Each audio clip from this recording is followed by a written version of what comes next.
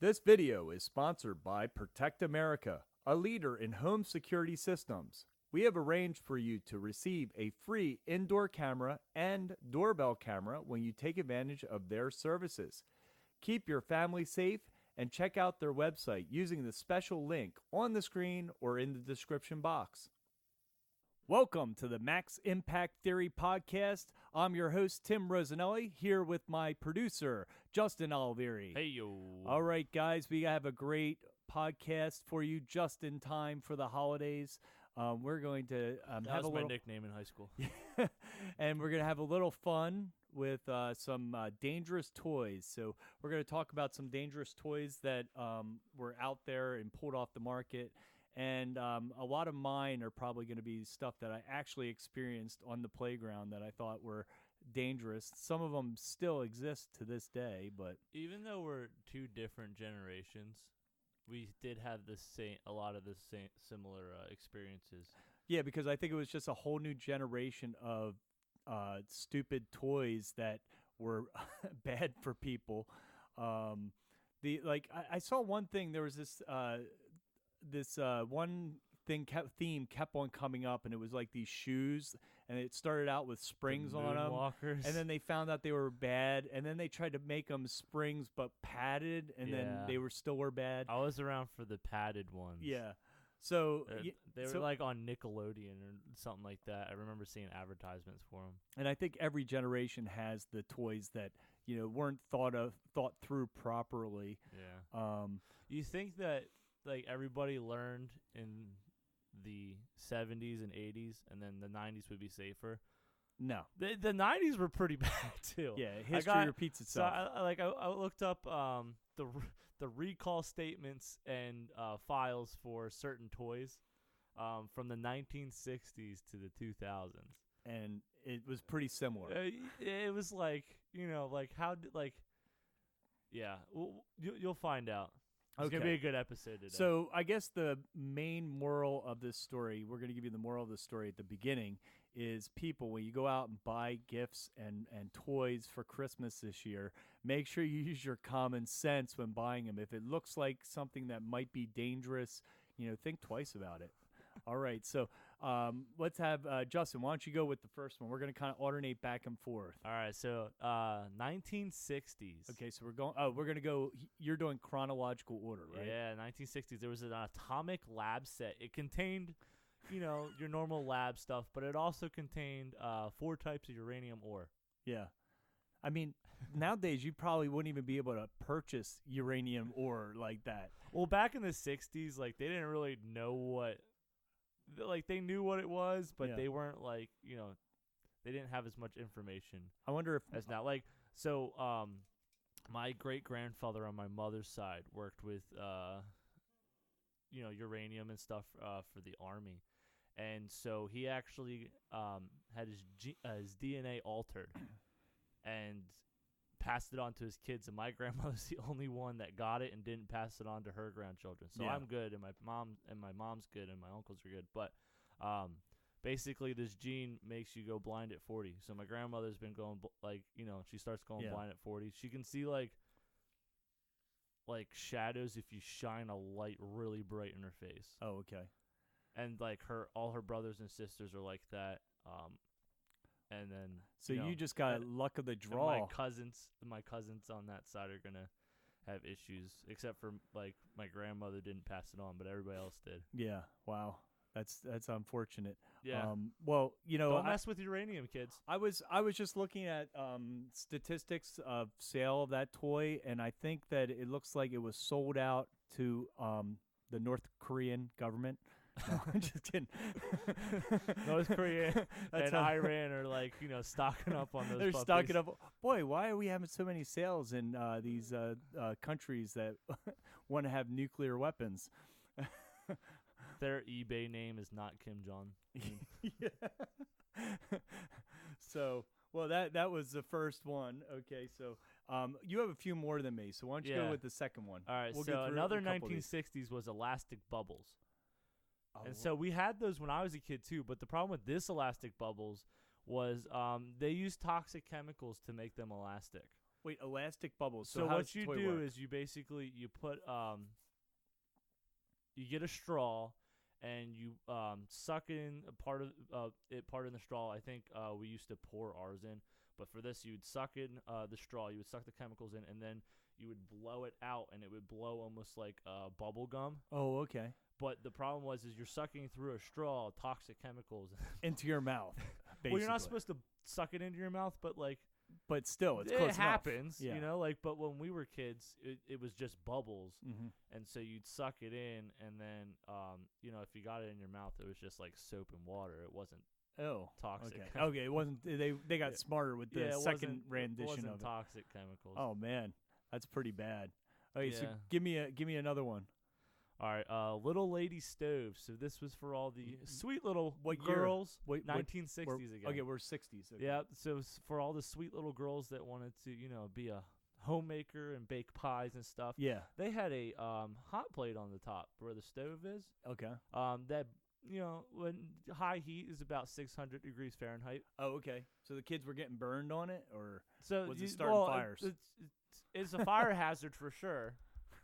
Because it's 600 degrees Fahrenheit for a child, and so it's good. It's good for 4 and up. Yeah, so I'm sure there was burns. Just 4 up. I'm sure there was fires. I'm sure there was lots of burnt items. Oh man. Like, with 600-degree hot plate, you could cook dinner with your mother on your own hot. Like, yeah. like Can you that's imagine? hot. Can you imagine how many kids like turned that thing on and just like walked away? Yeah. You know. There wasn't a whole lot of information about it. But I just know that it got up to 600 degrees Fahrenheit, and that's Okay. don't give that to kids. Yeah. Don't give that to kids. You know, don't give the kids hot plates or fire. All right. So I guess I'll go into one of mine. So a lot of mine are just like playground activities that we used to do at recess. So one of my favorite, we used these rubber balls for dodgeball and kickball. And I think the worst thing we did with them was play wall dodgeball. Now these things, you could whiz these things so fast. We play wall ball, but we played it with.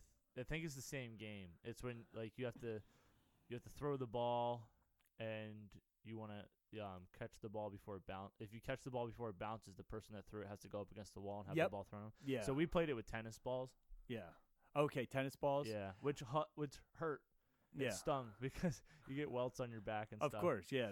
That you can throw a tennis ball pretty quick. Yeah. But these the rubber balls, they were really dangerous as concussion problem. There's a lot more weight behind them. I mean, just imagine you're standing in front of a wall. This rubber ball hits you in the head, and then your head hits into the wall. I mean, that's pretty dangerous. And I saw one kid personally. I had a kid in elementary school. I remember his name was Todd, and I remember his last name, but I'm not going to say it here. But he would kick the ball, and he was really good at playing kickball, and he'd kick it really high. I can't tell you how many kids you'd see running out in the outfit. I got it. Boom, gets hit in the head, concussion. You know, Yeah. probably undiagnosed concussion. Yeah, well, back then they would just kind of send you to the nurse for a little while until you stop crying, and then give you some aspirin and send you home or something, you know. But so I don't think those rubber balls, like my understanding is you're not allowed to play dodgeball anymore in most of our elementary schools. I don't know if that's for dangerous reasons, though. I think that's for equality reasons. From what I heard was because girls don't normally have the physical attributes to keep up with the boys by like flinging balls around. Oh, okay. And girls don't want to stand there and get hit by like, you know, some teenage boy flinging it at them as hard as they can. Yeah. It wasn't their favorite activity. Yeah, I think that's why. Well, I'm sure it had to do with well, now they have different. too. They have those gator balls, which fully takes the impact of the actual throwaway. So that's a little different. We tested it ourselves. Yeah, that's right. We got some for our dojo, and we said, well, we got to test it on ourselves. So he's like, here, take this ball. I'm going to stand up against the wall. I want you to chuck it as hard as you can at my face. Yeah. You had to hit me in the face. Well, first we did the chest, and then we did the face, because we're like, if the kids are going to get hit, we got to be able to tell them that it's just shocking to them they didn't actually get hurt. But I hit you pretty hard, and you're just like, oh yeah, it wasn't bad. Well, the thing is that these balls, I guess part of the way it absorbs the energy is with sound. So when they hit you, they make a really loud sound where you actually could think you're hurt because you get hit so loud. We were close too. We were maybe. I was like 6 feet away. Yeah, I was 7 gonna say feet away. I wasn't that far. Yeah, it was very close. But I got to wing one at you too. So Yeah. and we've tested all our Nerf gun equipment that way too, right? Yeah, we have Nerf gun parties. They're like, new gun. Is this gonna hurt? Okay, All we right, gotta stand there. Okay, put the goggles on. I'm gonna shoot you right in the goggles. Isn't that the stupid thing that most guys do anyway? Like my friend got me a assault gun. You ever see the bug assault guns? Yeah. So I got one for my birthday. I want to get one. Like a year or two ago. Lantern flies. Yeah, I got one a year or two ago. Christine loves it for lantern fly. She's like a lantern fly slayer out there with that thing. But we first try it out. It's February, so it's cold, and he's like, I wonder if it hurts. I was like, I don't know, stand there. He's like, no, dude, don't. And I was like, turn around, boom. And then it got in the summertime. I tried it out on my cousin. I shot him. He's like, oh, that kind of hurts. I was like, all right, well, I want to see how bad it hurts. So he shot me in the legs. I was like, oh, that's not bad. Just stings a little.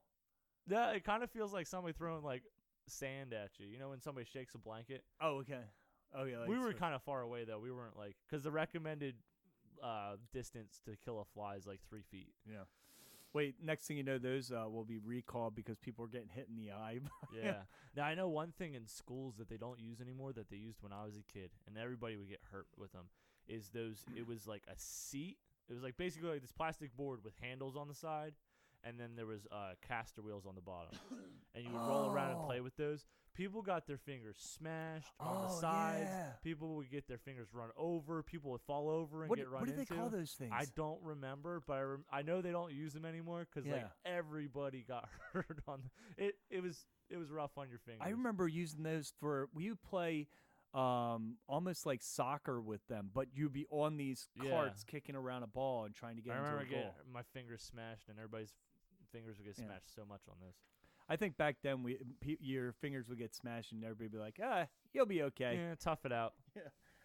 All right, give me your next one. All right, creepy crawlers. So it's the 1970s now. I think my sister had these. It's plastic. You heat it up to 390 degrees Fahrenheit. Yeah. An earlier version was called like a tin soldier lab, and it was a hot plate hot enough to melt a metal mixture. Oh, so you're making metal. So basically, it was a big fire hazard because kids would leave it plugged in and then boiling because you make something, you want to play with it, so you forget to unplug it, and it lights your house on fire. But the problem with the tin soldier lab, which was like I think it was the 50s and 60s, did it have lead? Yeah, was so what you melted. it was called a tin soldier so you think it was mostly tin. So the mixture would vary, but most of them were probably like 80% lead. Yeah. And then some of them were just full lead. And then you'd paint it with lead base paint. And then your little brother would get a hold of it and like start sucking on it. He's like, "Oh, this gives me a funny feeling when I put it in my mouth." Yeah. Oh man. Yeah. So that's a terrible idea. So creepy crawlers. That changed though. Isn't it kind of like a plastic or something like that? So the creepy crawlers was a plastic, but an earlier version was the tin soldier lab with like the lead. Okay. Then there was it's not really a dangerous one. It's kind of just a weird one. Like, why would you market that? It's called Delicious Limbs. And so it's basically like the hot plate, but it was for gelatin. And so basically you make your own gelatin thing, but they were limbs, like eyes, nose, ears, and stuff arms. Like that.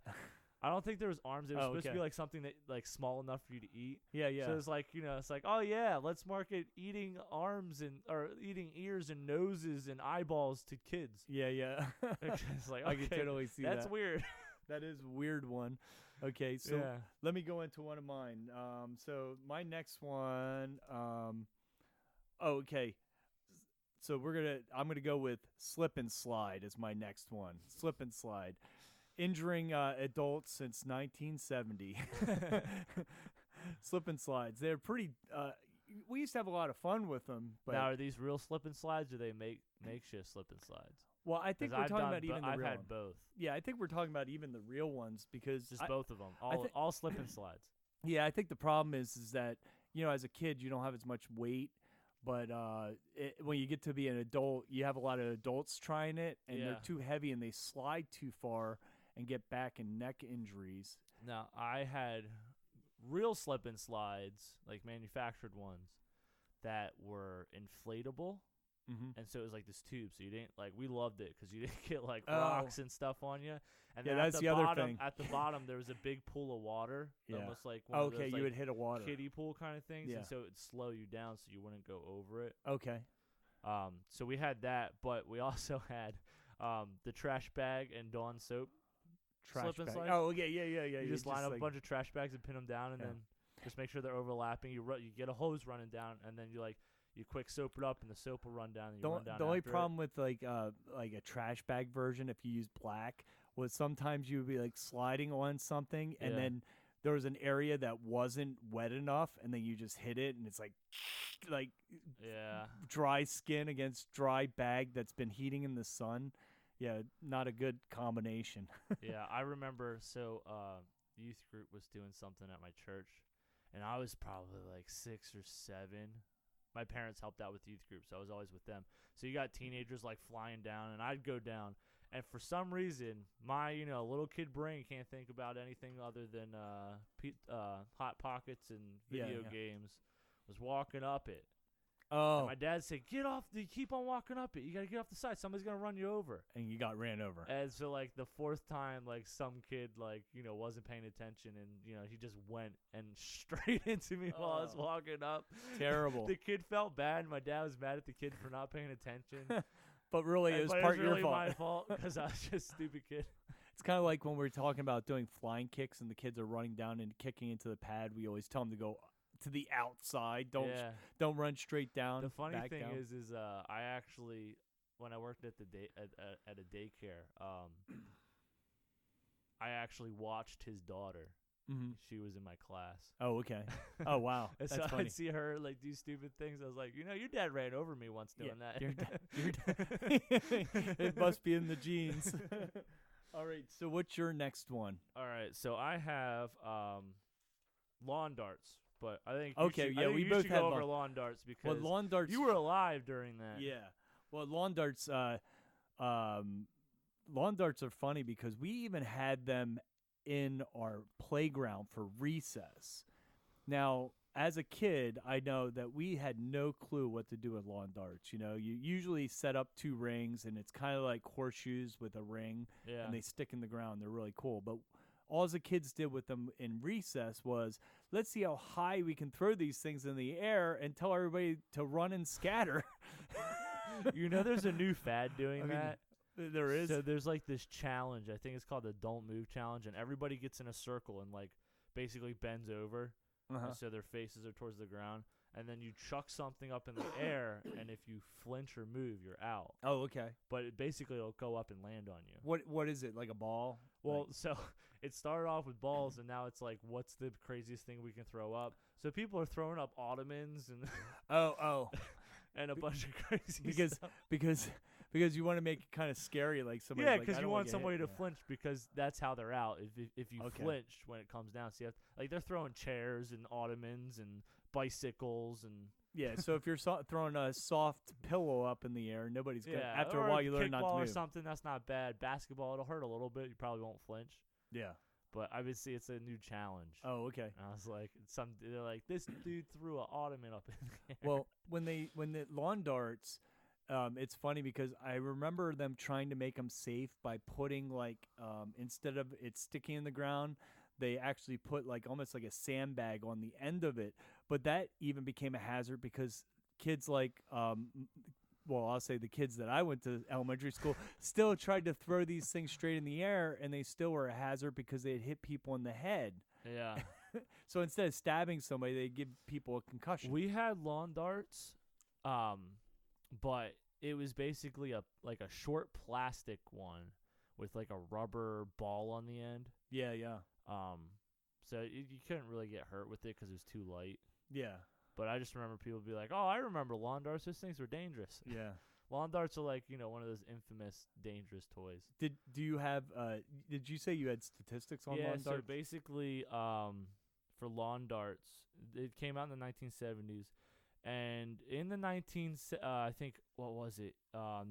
The first year or 2 that it came out, there's over 6,000 hospital visits and 3 recorded deaths with children. Whoa. Okay. 3 recorded deaths. Yeah. Oh, man. That's when they got recalled. Yeah, I can imagine. Oh, after everybody died. After yeah. 6,000 hospital visits and 3 deaths, yeah. Wow. Okay. So what's the next? so on that note, we got let's go to the next toy. we got a water wiggler. Water the wiggle. water wiggle. So it's a 1970s toy, man. You guys had the best things in the 1970s, man. between delicious limbs and lawn darts. All right, so you would hook it up to a hose, and it had its own hose, and it was this plastic like bell-shaped thing, and it would like fling around and like move around and stuff like that. Dangerous for a couple reasons. Choke hazard? One was it would whack people because it's just flying around under water pressure. Yeah. Another reason was you can actually look it up on YouTube. There's a little boy getting wraps around in it, and a dad had to run over and like unwrap him. So basically, he caught on his feet and just wrapped him up and started like kind of like a anaconda. Or basically. So that's not something you want to leave your kids alone with. So they were so that was discontinued. Obviously. That wasn't what made it happen though. The inside was a aluminum bell that would like the water would spurt out, so that's what gave it the water pressure. And exploded. This happened. 2 recorded incidences of the kids taking the plastic part off and then shoving the aluminum part in their mouth, and then they drowned because they couldn't get it back out. Oh my word! Well, that's kind of strange. So drowning above water. Yeah, I was like, it had to be some like younger kids just like put it in their mouth, and then all of a sudden they can't get out and they freak out because their mouth's full of water, and nobody turns off the hose fast enough. Wow. Yeah, people freaked out. So it's because it wasn't used for its intended purpose, but as kids, man, you never know. So let's get away from the child deaths for a second and go back to another 1970 toy, which is called the Power Miter Circular Saw. So there was there was a power tool line in the 1970s. So it was a circular saw. They were like 6.5 inches wide and 4.5 inches tall. So that's pretty small. It was way too small for a person to be able to handle. So we're not talking about deaths. We're talking about losing fingers and stuff. So it was a real saw with you plugged it in. You could actually cut wood with it. Yeah. But they made a whole line of it. They had it sounds kind of cool if it wasn't made for little kids. Like if it like don't give little kids power tools, but it is kind of cool at the same time. So they also had sanders, jigsaws, table saws, building material, like they had concrete and they had wood, like wood packs you could buy to build stuff with. Yeah. They had everything. Wow.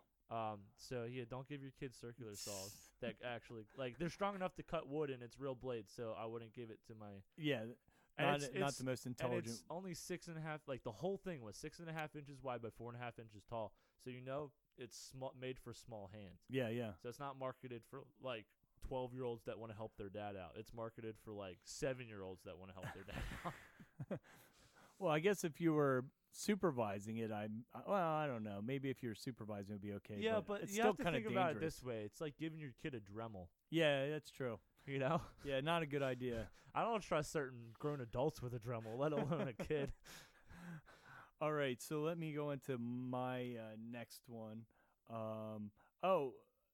Well, we used to play tackle football at recess with no, equipment. Yeah, we played tackle football. So, and then there's another game we used to play that we call now British Bulldogs, and I hate to say back in the 80s, people typically called it Smear the Queer. Not to be offensive to anybody, but that's just what we called it. We didn't really know what it meant. We just played the game. And this game was where you actually just had one person that had the ball. You had an area that was like the playing field, and basically everybody else just went after the one person with the ball. And the object was to see who could, keep hold of the ball the longest. If you tackled him to the ground, then the kid would have to throw the ball out, and then the next person grabs it and runs. Yeah, we would play that. We would play tackle football too. And the thing about both games is it hurt really bad. Yeah. Because people would just hit you as hard as they could. Yeah. And with British Bulldogs, You had a whole crowd of people hitting you. it wasn't tackling, though. Basically, like, you tackle them, but they can still hold on to it. So you basically kick and punch them and, like, try to get them to let go of the ball. And as soon as they let go of the ball, it wouldn't always stop right away. Yeah. Because you got, like, 10 people on you kicking you, and they don't know that the And ball they don't know. went. And they don't know the Until ball's you gone, saw yeah. somebody just run away, and they're like, "Hey, he's got it," and then you'd finally be done with your punishment. But it's like public stoning almost. I could show you. Actually, here in town, in one of the developments, I can actually show you where we used to play at some time. All right. I remember playing tackle football on the playground, and it hurt. on Right? blacktop. We used to play it on We blacktop. never played it on practically. blacktop. Yeah. We played it on wood chips, Oh, okay, wood chips. which wasn't smart either because I'm sure blacktop we you played got tag. rashes and stuff. No, but- we played tag on blacktop. Okay, but we still, played, that is still dangerous. We played tackle football on wood chips, Okay. and I remember this one kid. He got hit hard and he went down hard, and he had a couple of wood chips stuck in his arm. Like splinters. And then we weren't allowed to play tackle football anymore. Yeah. Which was kind of weird that they never noticed we were tackling each other. But I remember it hurt, but it made you feel like a man. Yeah. It's like you're at elementary school. You're like, yeah, I'm like a big tough football player I'm now. like a football player now. And then you realize that they don't. It's more like rugby because football players have pads. Yeah. Not that it doesn't hurt when a football player gets hit, but I was telling my wife about this episode that we were going over, and when I was telling her about like some of the stuff we used to do at the playground when I was younger, she's like, "Well, were there any monitors out there?" Like teacher, I was like, "Yeah, the teacher were out there, but most of the they time weren't the paying teachers attention." were too busy talking to each other. Well, it was a pretty big playground too. I mean, it's Yeah. not like there was like 3 of them for a whole That's acre true. of land. If there was a game we wanted to play that we knew we weren't allowed to, we'd Yeah. go behind the pavilion. And the pavilion was still like open on the other side, but there was a lot of things in the way, so you couldn't really see. Yeah, you kind of find the spot that's far enough away that they can't really see. what Yeah, you're where you doing. just don't get yelled at. I'm All pretty right. sure we played in the soccer field on the back right of the playground, just far enough where they just, unless it really looked bad, they wouldn't like Yeah, look, exert they're the just energy playing to walk. soccer. It wouldn't exert the energy to walk all the way out there. Yeah. So what's your next one? All right, so I have Rollerblade Barbie. So this is a That's a good one. this is the 1990s. So I didn't find too many 1980s toys. But Rollerblade Barbie in 1990s was Barbie with rollerblades on, but she had a mechanism on her wheels that are kind of like Bic lighters. Yeah. That would, when you dragged her across the table, then she would spark. Yeah. She sent sparks flying. Wow. Now, it's another one of those things where it's like, don't let your kids play with fire or power tools. But why Barbie with sparks? I mean, it's that sounds like- 1990s. It's got to be yeah, cool but doesn't and that sound more flashy. like a boy thing? Like, why would a girl want a Barbie with sparks? Well, you know, gotta like, remember, sparks. 1990s was like the beginning of like the push for gender neutral. Like, boys okay. can play with Barbies, girls can play with Barbies. See, kind I of a don't thing. remember all that, but Yeah, I was a boy. Yeah. in that they're like, oh, boys shouldn't be afraid to play with Barbies. It's like, Oh, okay. So they trying to throw some aspects to make a boy. I think doubt a that's what Barbie's it was. cool, I or- think they just thought that girls would like sparks shooting out the back of Barbie's rollerblades. I don't know. Maybe it was a guy that was making a girl toy. I don't know. Probably. So obviously you don't want that close to your Sunday morning newspaper, or that could be a fire on your kitchen table. Yeah. Don't play near the gasoline in the garage with that. You know. Yeah. So we have another chemistry set. The chemistry sets This are is always called good. Professor Wacko's Exothermic Exuberance Chemistry Set, 1994, the year I was born. Wow. Marketed towards 10-year-old boys, this chemistry set had you doing experiments that taught you to make heat and fire by mixing chemicals. So again, don't give your kids fire. So it's Don't give your kids fire hazards or power tools. That's all. Wait, how many times? It's funny because we're always told as kids not to play with fire, and then they Yeah. have this chemistry set that is actually geared towards kids Well, making another fire. thing I'm thinking of is like, what happens if Joe Schmo is running the forklift, and a bunch of that stuff falls out. Oh man. And like, you know what I mean? And Or- gets like cut open, and you got like a warehouse fire now because you got a bunch of toys that, you know, if you mix the chemicals together, Yeah. it creates fire. Can you imagine at home, like if your dog knocked over the set or something and broke the bottles? Yeah. Oh man, that's a mess. Yeah. All right, guys. This is the first half of a 2-part series. If you guys want to contact us, don't forget you can contact us at our email, which is thetheory@maximpactkarate.com. And we will see you again next week for the second half.